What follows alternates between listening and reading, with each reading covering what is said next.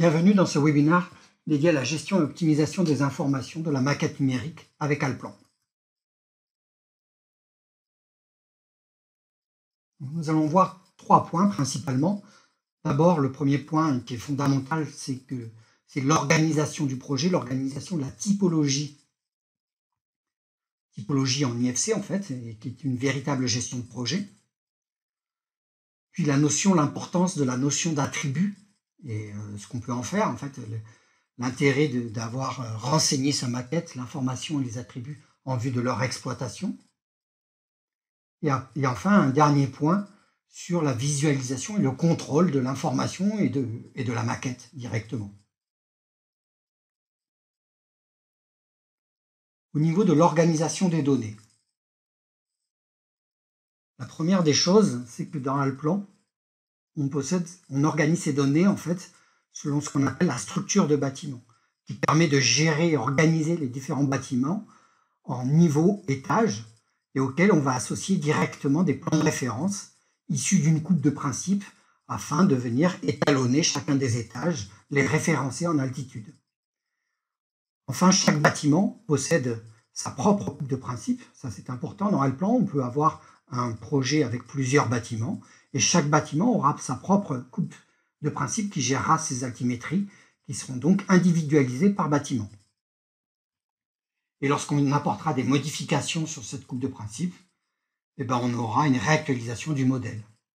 Donc, ça, c'est fondamental d'organiser ces données de la sorte, en fait, parce que ça va nous permettre en fait, d'être totalement compatibles dans un processus BIM et de travailler nativement selon ce principe-là. Un petit rappel rapide sur l'organisation, la structuration d'un projet. Donc dans Allplan, avec la structure de bâtiment, on a site, bâtiment et étage. Simplement avec un jeu de cases à cocher, on affiche ou non ce qui nous intéresse. Là ici, on a éteint toute la partie du site. Il nous reste donc les 2 bâtiments. À tout moment, je rappelle la structure de bâtiment. Et je peux, toujours pareil, cocher ou décocher pour afficher ou non ce qui m'intéresse. Ici, je vais éteindre le bâtiment numéro 2.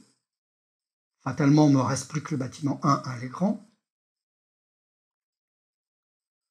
Avec un double clic gauche dans une zone vierge, j'affiche ma structure de bâtiment.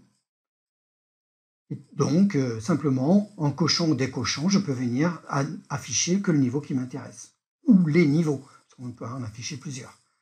Là, j'affiche donc que le rez-de-chaussée.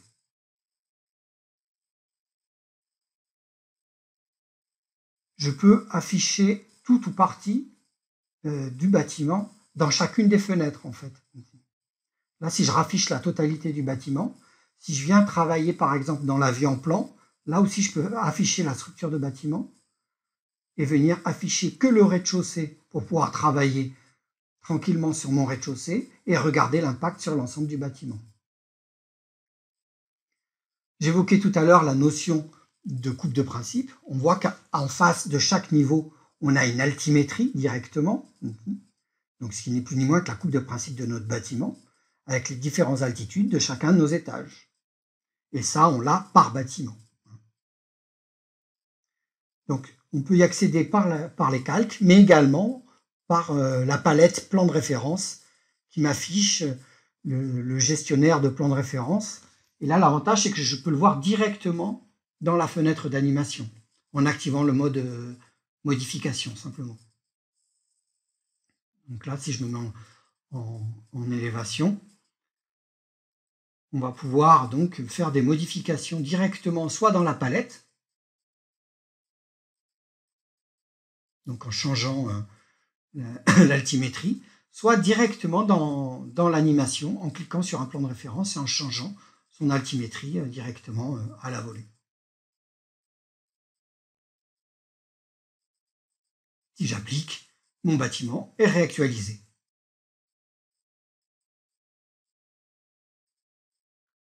Voilà, donc ça concernait donc l'organisation, l'importance de structurer ces données de la sorte, ici. Donc ça permet vraiment d'avoir une organisation très claire de projet via cette structure de bâtiment et surtout de de travailler en fait nativement, conformément à la norme IFC. On va voir d'ailleurs que si on exporte, parce que le format d'échange en fait dans le BIM en fait au niveau des maquettes numériques, le format d'échange c'est l'IFC et ce format d'échange qui est une norme ISO en fait, il impose de travailler de la sorte. Donc ce qui est vraiment très intéressant dans Allplan, c'est de travailler déjà comme ça nativement sans avoir pas besoin de restructurer notre projet par la suite. On va d'ailleurs voir que si on ouvre un projet Allplan sur une visionneuse BIM quelle qu'elle soit, elle va être structurée exactement de la même façon. Et ça marche en export comme en import. Exemple, donc déjà un petit comment on recrée la structure de bâtiment. Donc il faut bien cocher si on utilise l'assistant pour de création de structure de bâtiment, on peut cocher le fait d'être conforme à l'IFC directement. On choisit un bâtiment 6 étages directement, on a directement nos niveaux avec nos altimétries sur le côté. On n'aura plus qu'à dessiner directement dans l'étage avec directement être positionné à la bonne altitude. De nouveau, notre structure de bâtiment qui apparaît avec notre coupe de principe directement. Voilà, donc ça c'est grâce à l'assistant. Dès la création d'un projet, facilement, on coche la case structure conforme à l'IFC et ça nous crée une structure qui est directement conforme. D'ailleurs, si on ouvre un autre projet qui est déjà créé, si on vient exporter notre projet, on vient exporter des données IFC, on retrouve notre structure de bâtiment avec l'ensemble de nos niveaux. On peut d'ailleurs choisir au moment de l'export d'exporter tout ou partie du bâtiment. Ça peut être très pratique d'exporter que les 3 premiers étages, par exemple. Voilà, donc on va exporter une maquette IFC pour la partager avec des partenaires de notre projet dans le cadre d'une opération BIM. J'exporte, donc je lui donne un nom. Là, on va choisir maquette architecture et on l'exporte donc là au format IFC 4. Dès lors, si par exemple on vient ouvrir cette maquette avec Solibri, c'est ce qu'on va faire. Donc, bon, l'export il peut prendre plus ou moins de temps selon le nombre de données que vous avez.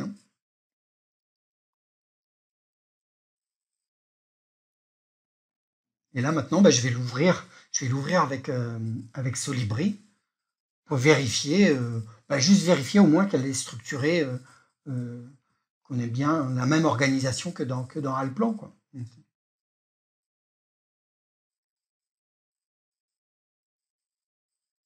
Donc dans Solibri, on fait ouvrir un modèle, on vient chercher la maquette qu'on vient d'exporter, la maquette va se charger, on va bien sûr retrouver l'intégrité de notre modèle 3D, y compris les attributs à l'intérieur, mais ça on le verra plus tard. Et si on regarde sur le côté dans l'arborescence du modèle, on va bien retrouver exactement la même organisation que dans Allplan. À l'inverse, si je retourne dans Allplan et que je veux importer un modèle IFC, je peux importer, donc importation de données IFC, je vais choisir là ici un fichier IFC que m'envoie mon ingénieur fluide. Il faut donc toujours pareil, on vient l'importer, il faut sélectionner une série de calques vierges pour pouvoir importer nos différents niveaux dessus. Donc là, le projet a été réalisé avec un logiciel de fluide qui s'appelle CIP, logiciel espagnol, mais peu importe, l'important c'est qu'il m'ait généré un fichier IFC et je récupère bien mon modèle, ici mon modèle IFC.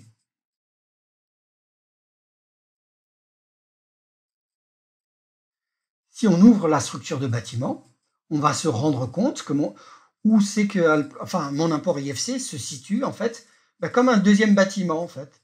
Directement à la suite de mon modèle architecture, j'ai ma maquette fluide. Toujours pareil avec ce jeu de cases à cocher. Dès lors, je peux afficher que les niveaux qui m'intéressent. Par exemple ici, le R+4 fluide. Et j'ai bien que mon niveau R+4 fluide. Je pourrais même, du coup, faire une pré-synthèse, une synthèse, avec, si j'affiche le R+4 fluide plus mon niveau R+4 bâtiment, j'ai bien les deux qui se superposent.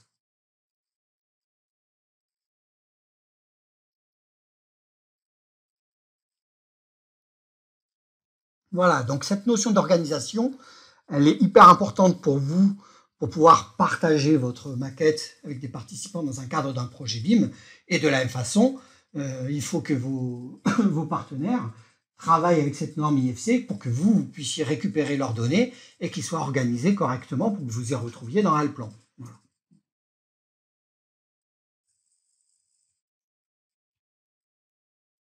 Maintenant, concernant les attributs et leur exploitation, en fait, les attributs portent toute l'information du modèle. On a la géométrie avec la modélisation d'Alplan, mais après, au-delà de la géométrie, dans chaque ouvrage, ce qui est important, c'est de venir renseigner les ouvrages pour injecter en fait de l'information, comme le nom des matériaux, comme la désignation d'une surface de pièce, le nom d'un revêtement de sol, le nom d'une fenêtre, le nom d'une porte, etc. Voilà. Il n'y aura pas de BIM sans aucune information. On pourrait presque dire que le I de BIM, c'est le I de information.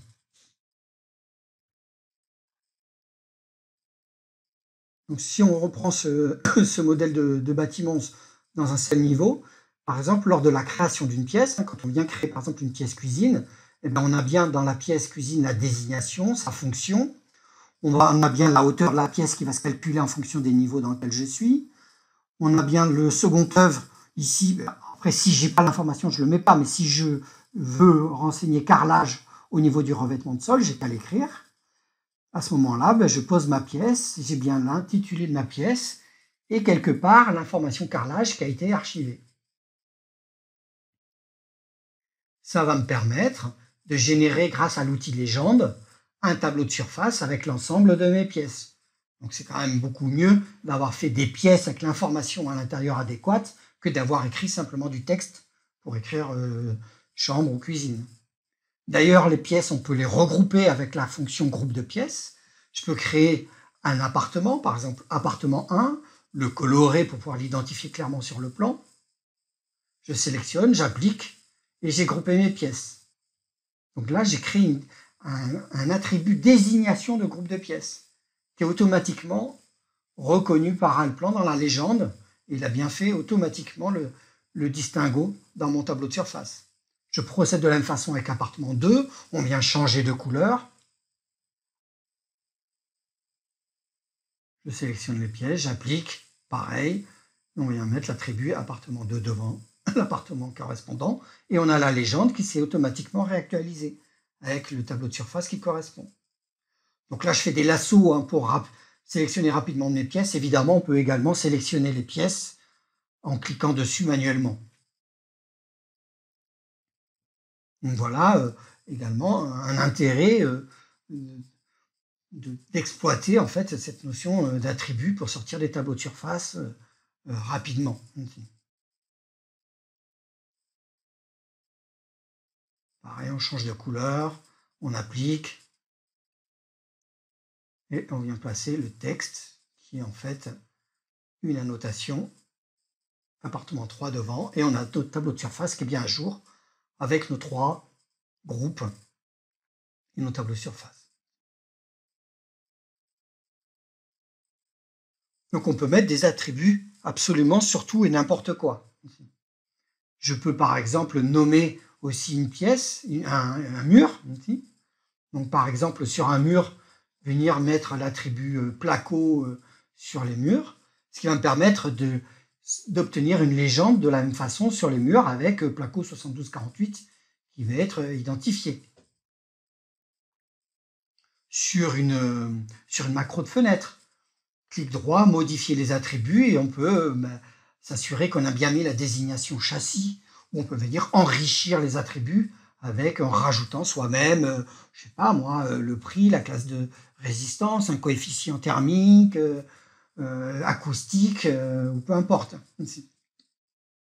Donc vous pouvez créer vos propres attributs ou utiliser ceux qui sont fournis par Alplan. Voilà, vous venez enrichir en fonction de vos besoins. Sachez qu'à ce moment-là, par la suite, il sera toujours pratique de venir récupérer cette information à tout moment pour pouvoir quantifier.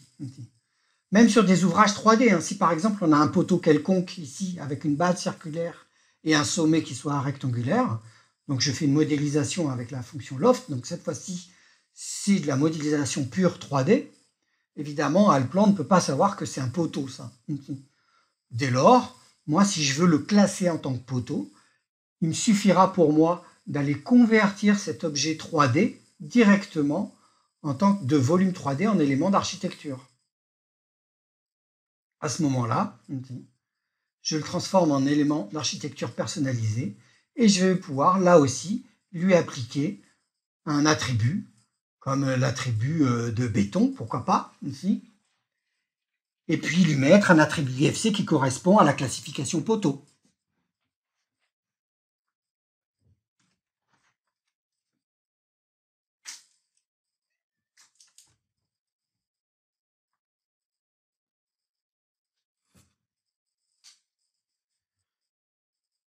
Là, comme on peut le voir, on avait mis des annotations, les annotations par défaut dans le plan. Ce qui peut être intéressant aussi avec les attributs, c'est qu'on peut créer soi-même un style d'annotation qui aille chercher les attributs qui m'intéressent afin d'annoter des objets. Donc là, par exemple, sur mes pièces, j'aurais pu vouloir, par exemple, évidemment avoir le nom, la fonction de la pièce. Donc là, dans format, vous pouvez choisir le nombre de caractères que vous voulez. Donc là, par exemple, 15 caractères maximum. Et je veux bien, il me faudra l'attribut fonction, donc le nom de la pièce. Ici. Ensuite, je voudrais avoir la surface, bien évidemment, donc la surface. Donc on va chercher dans les attributs, cette fois-ci, attribut de quantité, on va retrouver l'attribut surface. Je récupère mon attribut surface. On écrit un petit texte avant, un petit préfixe, donc surface, de points, avec l'attribut derrière. Donc Allplan, quand je ferai annoter une pièce, il ira me chercher sa fonction et sa surface. Je pourrais lui rajouter aussi, ça pourrait être intéressant d'avoir la hauteur de la pièce. Donc je mets l'attribut, on va chercher l'attribut dans hauteur cette fois-ci. Hauteur. Comme tout à l'heure, on va mettre un petit texte avant HSP.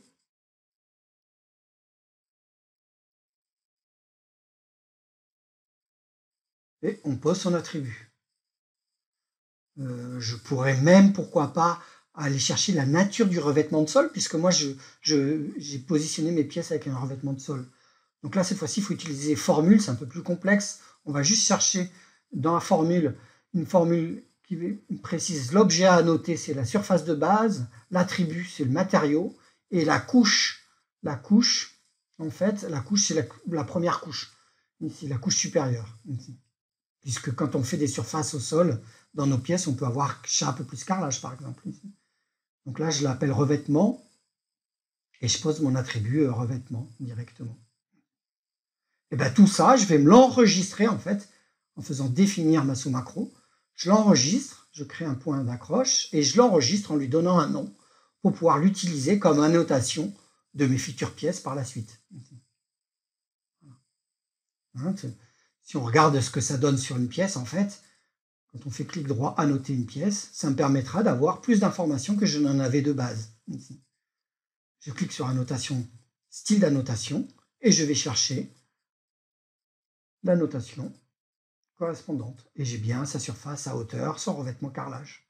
Ce qui fait qu'en cas de modification, ça se remettra automatiquement à jour, c'est tout l'intérêt.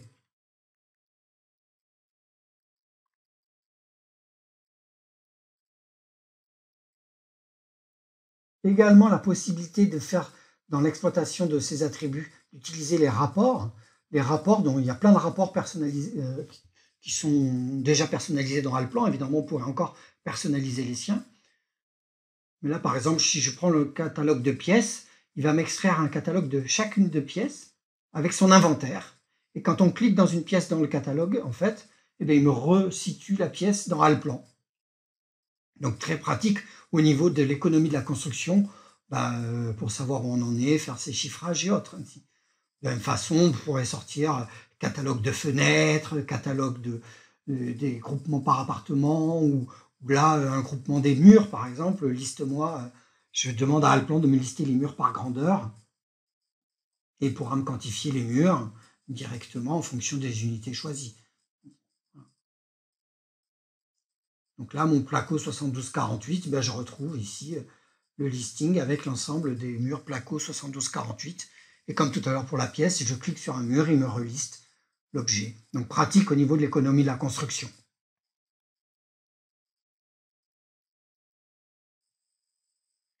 Passons maintenant au dernier point qui est la visualisation et au contrôle de notre maquette. Donc en fait, il y a les palettes de layers, de propriétés ou d'objets vont permettre avec Allplan en fait, d'avoir un contrôle visuel et même jusqu'à la possibilité de modifier de manière dynamique les différents ouvrages ou même les attributs. En fait, de changer un élément, passer d'un attribut à un autre directement grâce à ces palettes-là. Donc on commence rapidement par un petit rappel sur la notion de layer qui me permet en fait de pouvoir masquer un certain nombre d'objets directement. Il faut se rappeler aussi que dans Allplan, on peut mettre des layers sur chacune des couches de mur, ce qui peut me permettre d'afficher ou non le revêtement extérieur, d'afficher ou non l'isolant, etc. De créer des groupes, des favoris de layers, qui me permet par exemple d'afficher que la structure porteuse du bâtiment, structure poteau-poutre ici, pourquoi pas. Voilà. Donc ça, c'est ma notion de layer. Également la palette objet, qui elle, c'est un véritable navigateur BIM en fait, qui va me permettre de faire pas mal de choses, comme évidemment afficher ou non un certain nombre d'objets ou de calques. Là, ici, je peux masquer mes calques directement. Mais je vais pouvoir même aller plus loin, c'est-à-dire qu'on va même pouvoir sélectionner et identifier un certain nombre d'objets directement. Donc là, si je me mets à l'intérieur de mon rez-de-chaussée, ici, on voit ici, si je déplie, qu'il a identifié un certain nombre, donc les groupes, ici mes poteaux, et je peux donc les afficher ou les sélectionner directement. Là, j'ai sélectionné à la volée, simplement en cochant la case de sélection, tous les poteaux. Si j'affiche le filtre par matériaux, on voit que tous les poteaux, il n'y a pas eu de matériaux, ici, puisque c'est le matériau qui arrive en premier aussi au niveau du filtre, ici, pas eu de matériaux appliqués. Du coup, je garde mes poteaux sélectionnés, j'ouvre la palette propriétés, et je viens donc modifier la propriété de mes 21 poteaux à la volée, en changeant le matériau béton. Je pourrais même, pourquoi pas, texturer les 21 poteaux en une seule opération. Voire même changer le nom de matériau, le nom de l'attribut métier, en passant en béton et béton armé. Donc la palette objet m'a permis de sélectionner des objets et la palette propriété m'a permis de rechanger quelques propriétés à la volée. Autre exemple, sur un autre type de projet, ici on peut afficher les calques. À l'intérieur des calques, on a les groupes et les types. Là, je retrouve donc les groupes de potes, les groupes de dalles, murs, etc. Et après les types. On peut rajouter des filtres supplémentaires, par exemple ici, enlever le type et avoir plutôt le nom du matériau. Pourquoi pas? Ce qui fait qu'à l'intérieur du mur, je retrouve les noms des matériaux. Je vois bien qu'ici, que dans mes murs, il y en a 4 ici qui ont matériaux non définis. Simplement en affichant ou non ceci, j'arrive à les visualiser directement. Même la possibilité d'appliquer des transparences. Par exemple, je mets tout transparent, sauf les 4 éléments dont les matériaux sont à définir, que j'affiche en plein. Donc ça, c'est pratique aussi pour visualiser rapidement. Je les sélectionne. Et de nouveau, grâce à ma palette propriétés, je vais pouvoir, sur mes 4 murs, ici, afficher à la volée le matériau, puisqu'il n'était pas défini, et leur appliquer le matériau béton. Et comme tout à l'heure, pourquoi pas appliquer une texture.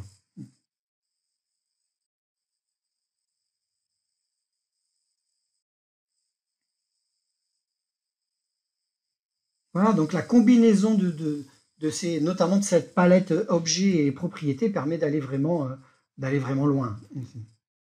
Un dernier exemple, par exemple ici, donc on a le filtre actuellement désignation et type, on peut réorganiser, changer d'ordre, donc type d'abord puis désignation, donc on a ici les groupes de pièces, et après les désignations des groupes de pièces. Appartement 1, appartement 2,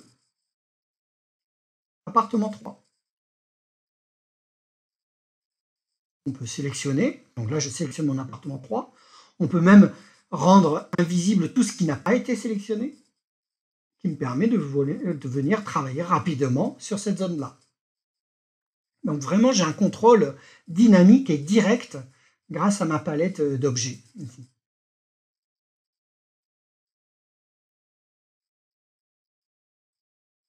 Je raffiche la totalité.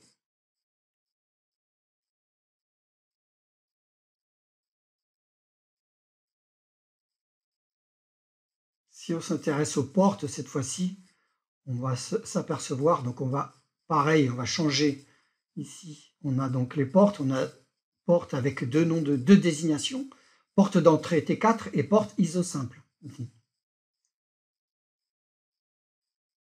Ce qui est étonnant, c'est qu'on ait 3 appartements et on ait 4 portes d'entrée.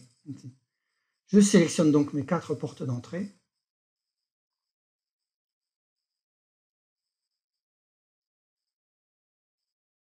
Et ici, on voit que cette porte, ça c'est une porte en fait de circulation. Ici. Elle devrait avoir l'attribut porte ISO simple.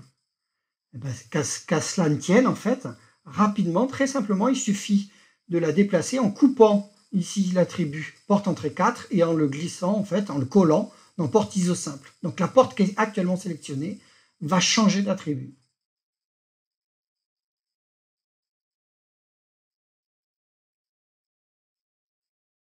On voit bien que mes portes d'entrée ont bien porte entrée 4. Et si je me mets sur ma porte intérieure, elle a bien l'attribut porte ISO simple.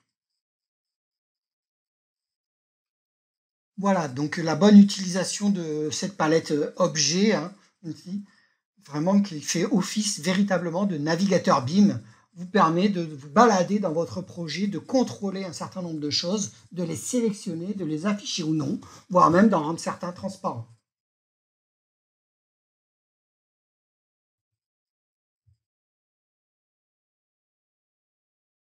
Voilà, merci beaucoup pour avoir participé à ce webinaire.